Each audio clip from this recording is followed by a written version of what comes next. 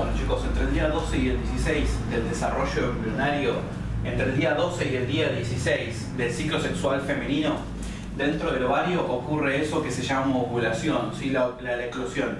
El ovocito, digamos 2, que se estaba formando dentro de un folículo, que era el folículo de Graf, el folículo maduro, en el día 12, entre el día 12 y el día 16, en realidad entre el día 12 y el día 16, recibe una gran cantidad, un pico de hormona luteinizante, la cual estimula que este ovocito que está acá adentro sea expulsado hacia afuera, sea expulsado hacia la superficie del ovocito, rompa el epitelio germinativo de la superficie del ovario y de ahí sea depositado en el tercio distal de las trompas de falopio a través de los ligamentos, ¿sí?, uterotubáricos. Bien, a través de los ligamentos tubováricos. Estos ligamentos que están acá, que son los ligamentos tubováricos, forman parte de, digamos, de los ligamentos que permiten la conducción de ese ovocito hasta esta región. ¿Cómo está formado este ovocito, esta célula germinativa que está destinada a fusionarse con la célula germinativa, la célula primordial masculina, y de esa manera poder formar una célula huevo-cigoto? Bueno, esto que es el ovocito, que es el óvulo para nosotros en realidad, va a estar formado por una célula germinativa que es el ovocito 2. Este ovocito 2 es una célula bastante grande con un núcleo que nosotros en realidad no llamamos núcleo, llamamos pronúcleo femenino. Es un núcleo haploide que tiene 23 cromosomas en su interior, 23 cromosomas simples, no los tiene dobles, los tiene simples. Son 23 copias simples, de acuerdo, del material genético. Está rodeado por una membrana, que esa membrana no está pegada directamente, está rodeado por una membrana. Esa membrana no está pegada a la membrana plasmática del ovocito, se llama membrana pelúcida. Es una membrana fibroelástica bastante importante, formada principalmente por proteínas. Entre la membrana pelúcida y la membrana del ovocito, la membrana plasmática ovocitaria, queda un espacio llamado espacio de fertilización, que vamos a ver que más adelante tiene importancia. Y por afuera de esto, utilizando como piso, utilizando como anclaje a la membrana pelúcida, hay un epitelio de unas células, ¿sí?, que son células de la granulosa, son células que quedaron ancladas a la membrana pelúcida durante el desarrollo folicular. A esas células se las denomina corona radiata. Entonces todo esto que está por afuera se llama corona radiata. Esto es la corona radiata. Esto rojito que está por acá es la membrana pelúcida. Y lo que está acá adentro es el ovocito 2. Así que recordemos que este ovocito 2 se encuentra en su segunda fase de detenimiento. Y durante el desarrollo ovocitario, durante la ovogénesis, en las células germinativas sufren dos stops, sufren dos detenimientos. El segundo detenimiento se da durante la segunda división meiótica, durante la metafase de la segunda división meiótica. El primer detenimiento se produce durante la profase de la primera división meiótica, y el segundo detenimiento, que ya es el definitivo, ocurre durante la metafase de la segunda división meiótica. Quiere decir que este ovocito 2, que es ovulado, que es eyectado, que es expulsado desde afuera del parénquima ovárico hacia el interior del tercio distal de la trompa de falopio, está detenido, está como frenado, está como congelado en la segunda fase de la división meiótica número 2. Estoy en la segunda fase, que es la metafase de la división meiótica número 2. ¿Cómo está formado este espermatozoide que está llegando? Este espermatozoide que ya fue capacitado y ya fue madurado en las diferentes regiones que corresponden, ¿no? ¿Sí? La maduración ocurre dentro del tracto genital masculino y la capacitación ocurre dentro del tracto genital femenino. Bueno, ¿cómo está formado este espermatozoide? Tiene una cabeza, tiene un cuerpo y tiene una cola. El espermatozoide es una célula bastante pequeña, pero bastante compleja en su estructura. Dentro de lo que es el cuerpo, en la parte posterior del cuerpo, encontramos lo que corresponde al pronúcleo masculino. El pronúcleo masculino es un pronúcleo que se encuentra en la misma situación en la que se encuentra el pronúcleo femenino. Bien, es un núcleo más pequeño que, en vez de tener 46 cromosomas en dos copias, en doble copia, tiene 23 cromosomas nada más. ¿Sí? Es un núcleo haploide. Recordemos, es un núcleo haploide. Es decir, está en una sola copia con un solo cromosoma cada copia. ¿Ok? Bien. En la parte anterior, por delante a eso que vendría a ser el pronúcleo masculino, encontramos un aparato de Golgi modificado que en su interior contiene mucha cantidad de enzimas. Las enzimas más importantes que contiene esta organela en su interior son la hialuronidasa y la acrosina. Son dos tipos de enzimas que se encuentran adentro de esta organela que está acá, que se llama acrosoma, responsable de una reacción llamada reacción acrosómica. Bien, el cuerpo. ¿Qué contiene el cuerpo? El cuerpo contiene un filamento axil proteico y alrededor de ese filamento axil se dispone una vaina mitocondrial, es decir, una vaina de mitocondrias.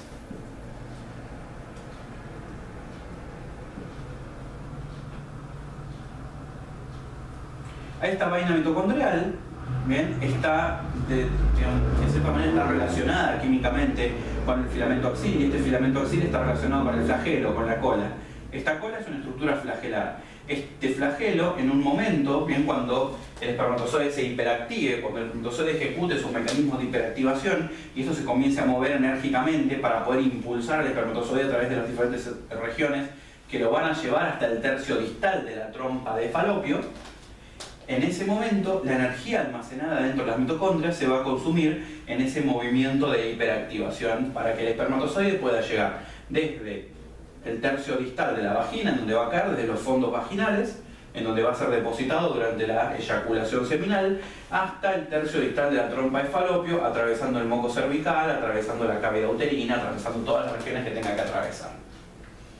Muy bien. Entonces tenemos acrosoma con hialuronidasa y acrosina. El pronúcleo masculino por detrás de esta estructura, todo dentro de la cabeza. En el cuerpo vamos a encontrar la vaina mitocondrial y el filamento axil, y por detrás de esto vamos a encontrar un flagelo, que es simplemente un mecanismo de locomoción del espermatozoide. Muy bien. Genial. Entonces, conociendo estas dos estructuras que están destinadas a encontrarse en esta región, vamos a empezar a describir qué es lo que ocurre cuando el espermatozoide efectivamente llega y hace contacto, que por supuesto que no es uno, sino que son muchos, hacen contacto con eso que es el ovocito. Entonces, el óvulo, que queda anclado, queda fijo normalmente en algún sector de la mucosa de la trompa de falopio, hace contacto con el espermatozoide y comienzan todas estas fases a lo que nosotros denominamos como fecundación. La primera fase que ocurre es lo que se denomina penetración de la corona radiata. Entonces, la primera fase es la penetración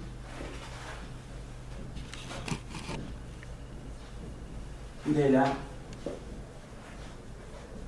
corona radiata. La penetración de la corona radiata se da cuando el espermatozoide hace contacto con las células de la corona radiata y a través de determinados receptores que tiene tanto el espermatozoide en la superficie, determinados receptores que tiene el espermatozoide en la superficie de su membrana plasmática, entran en contacto con receptores que tienen en la membrana apical las células de la corona radiata, perdón, el espermatozoide en su membrana plasmática hace contacto con receptores que tienen las membranas apicales de las células de la corona radiata. Entonces estas proteínas fusógenas comienzan a generar cambios químicos, bien, en el interior de esto. Uno de los primeros cambios que ocurre cuando el espermatozoide llega y hace contacto con la corona radiata es que se activa todo este proceso de hiperactivación, el cual ya estaba anteriormente, ya se encontraba anteriormente hiperactivado, pero como que se va activando secuencialmente y la energía se va liberando de manera secuencial a medida que va entrando en contacto con los diferentes estratos, ¿no? Entonces, lo primero que ocurre, como dijimos, es la penetración de la corona radiata. A medida que el espermatozoide va entrando, va tomando contacto, ¿bien?, con estas proteínas fusógenas, inmediatamente estas proteínas fusógenas que se encuentran en este lugar van activando un receptor ovocitario que se llama receptor ZP3. Este receptor ZP3 hace contacto con las proteínas fusógenas que tiene la membrana plasmática del espermatozoide y va generando, bien, que se active una enzima que está pegada en este sector del espermatozoide que se llama hialuronidasa. la hialuronidasa lo que va a ir haciendo es degradando las uniones que hay entre las células de la corona radiata y labrando un canal.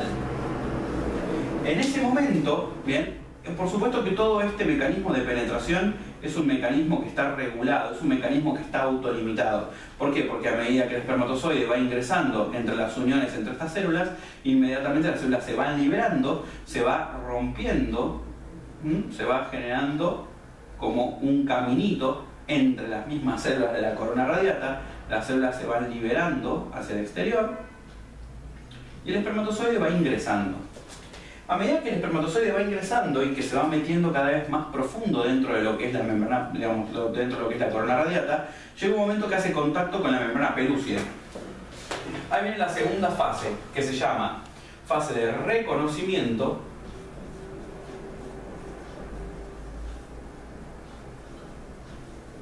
y adhesión. Estas proteínas fusógenas que tiene el espermatozoide en su membrana plasmática, en la región apical de su membrana plasmática, y las proteínas fusógenas que tiene la corona radiata, son un mecanismo no solamente en que va a ir activando la reacción acrosómica, que va a ir activando estas enzimas que se encuentran en la membrana plasmática para que el espermatozoide pueda ir penetrando, sino que además son proteínas que participan de un mecanismo de reconocimiento entre especies que es muy importante. ¿Ok? Entonces, estas proteínas se reconocen con aquellos receptores que tiene el ovocito, informándole al ovocito de que el espermatozoide corresponde a la misma especie, el espermatozoide que lo quiere penetrar, haciendo que la membrana pelúcida se deje penetrar en cierta manera. Cuando el espermatozoide logra, a través de la liberación, a través de la activación de esta enzima hialuronidasa, logra penetrar la membrana pelúcida, obviamente que no la penetra por completo, sino que la penetra en un sector, y llega a contactar, perdón, la corona radiata quiero decir, y llega a contactar con la membrana pelúcida, en ese momento particular viene la tercera fase, que es lo que se denomina como reacción acrosómica, propiamente dicha. ¿Qué es la reacción acrosómica? Es lo que ocurre cuando unas determinadas proteínas, ¿sí? También unos receptores, unos ligandos que tiene la membrana plasmática del espermatozoide entran en contacto con unas partículas, particularmente unas partículas que se llaman ZP3 y ZP2 en la membrana pelúcida del ovocito. En ese momento el espermatozoide entra en contacto con el ovocito y se genera, digamos, la reacción acrosómica. La reacción acrosómica entonces es la liberación del contenido del acrosoma. Las membranas plasmáticas del acrosoma y la membrana plasmática del ovocito, ¿sí? La membrana acrosómica, ¿no? Y la membrana plasmática del ovocito se fusionan permitiendo la liberación del contenido del acrosoma. Entonces todas las enzimas contenidas adentro del acrosoma se liberan. Cuando estas enzimas contenidas adentro del acrosoma se liberan, comienzan a degradar la membrana pelúcida. Esta degradación de la membrana pelúcida se hace en un punto determinado, no es completa. La membrana pelúcida no se degrada completamente, sino que lo que ocurre es que se degrada en un determinado lugar. Quiere decir que estas enzimas básicamente lo que hacen es labrar un túnel, una pequeña brecha, un pequeño agujerito por donde el espermatozoide puede atravesar, por donde la cabeza del espermatozoide puede ingresar al espacio de fertilización. Entonces esta sería la tercera reacción, ¿sí? El tercer paso, lo que se denomina reacción acrosómica. ¿De acuerdo? El cuarto paso corresponde a lo que se denomina denudación del ovocito. Denudación del ovocito. ¿En dónde? ¿Sí? Lo que ocurre es que esta reacción acrosómica termina de liberar toda la hialuronidasa acumulada en el interior del acrosoma, y esta hialuronidasa acumulada en el interior comienza a degradar todas las uniones que hay entre todas las células de la corona radiata. Entonces, ¿qué es lo que ocurre? La corona radiata se degrada, las células se separan una de la otra y el ovocito queda envuelto únicamente por la membrana pelúcida. Entonces, esta primera estructura protectora que tenía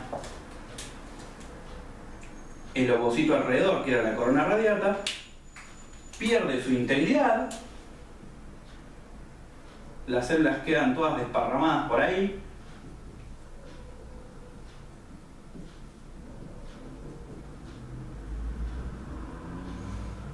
y dejan de formar la corona radiata. En ese momento la corona radiata desaparece por acción residual de esta reacción acrosómica. Muy bien. Quinto paso, penetración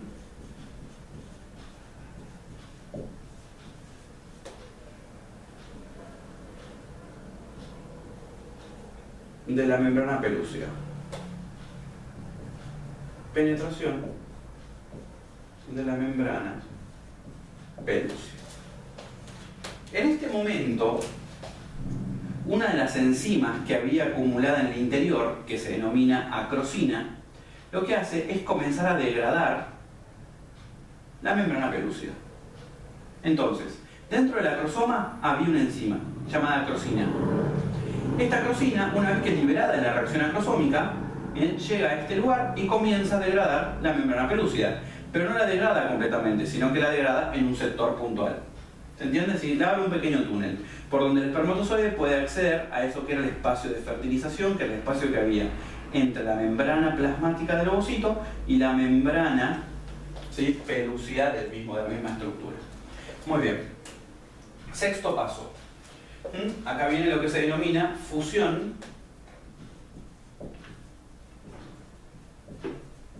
de las membranas plasmáticas tanto del ovocito como del espermatozoide.